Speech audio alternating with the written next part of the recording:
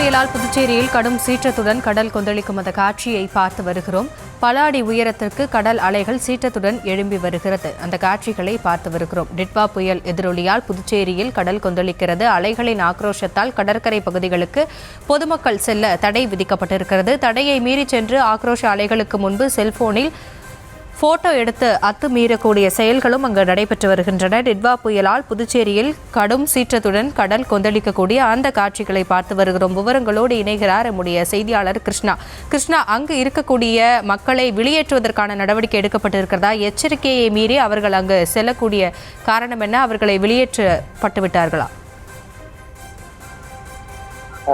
வங்கக்கடலில் உருவாகி இருக்கக்கூடிய இந்த டிட்வா புயல் காரணமாக புதுச்சேரியில் கடந்த 2 நாட்களாகவே கடல் சீற்றமானது மிகுந்த கொந்தளிப்புடன் காணப்பட்டு வருகிறது. மேலும் தரைக்காற்றுடன் இந்த புயலானது தற்போது வீசத் தொடங்கி இருக்கக்கூடிய நிலையில புதுச்சேரிக்கு அருகே இருக்கக்கூடிய இந்த புயல் காரணமாக புதுச்சேரியில் கடந்த நேற்று முதல் தொடர்ந்து மழை பெய்து வருகிறது. விட்டு விட்டு கனமழையும் பெய்து வருகிறது. இதன் காரணமாகவே புதுச்சேரி முழுவதும் பல்வேறு பகுதிகளில் தாழ்வான இடங்களிலும் மழை நீரான சூழ்ந்து தற்போது வடிந்து வந்தக்கூடிய நிலையில காலை முதல் இந்த சாரல் மழையானது தற்போது வீசத் தொடங்கியிருக்கிறது. மேலும் புதுச்சேரி கடற்கரை பகுதியில் இருக்கக்கூடிய 15 மீனவ பகுதிகளிலும் கடல் சீற்றமானது மிகுந்த கொந்தளிப்புடன் காணப்பட்டு வருகிறது.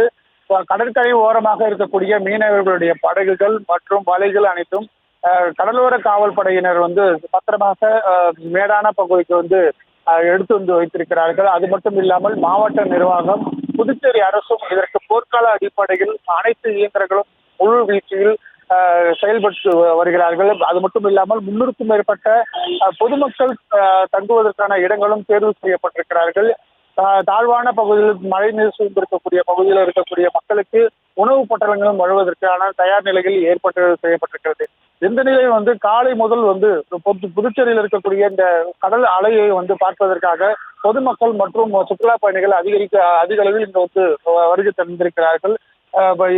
காவல்துறையில் அவர்கள் அனைவருமே அப்புறப்படுத்தும் முயற்சியில் ஈடுபட்டாலும் அவர்கள் ஒரு சிலவர்கள் அதை கடல் அலையை பார்ப்பதற்காக வந்துதான் செல்லக்கூடிய சூழலானது ஏற்பட்டிருக்கிறது. ஆனால் நேற்று இருந்த கடல் அலை சீற்றமானது தற்போது மிகுந்த கொந்தளிப்புடன் காணப்படுகிறது. கிட்டத்தட்ட ஒரு 8 அடிக்கு மேல் இந்த கடல் சீற்றமானது எழும்பி வருவதன் காரணமாக புதுச்சேரி கடற்கரை பகுதி முழுவதுமே கடல் கொந்தளிப்புடன் காணப்பட்டு வருகிறது. அது மட்டும் இல்லாமல் கடல் சீற்றத்தின் காரணமாக கடல் அலையின் காரணமாகவும் இந்த காற்றின் வேகமானது அதிகரித்து காணப்படுகிறது. புதுச்சேரி முழுவதுமே இந்த பகுதியில் இந்த காற்றின் வேகம் அதிகரித்து வருகிறது.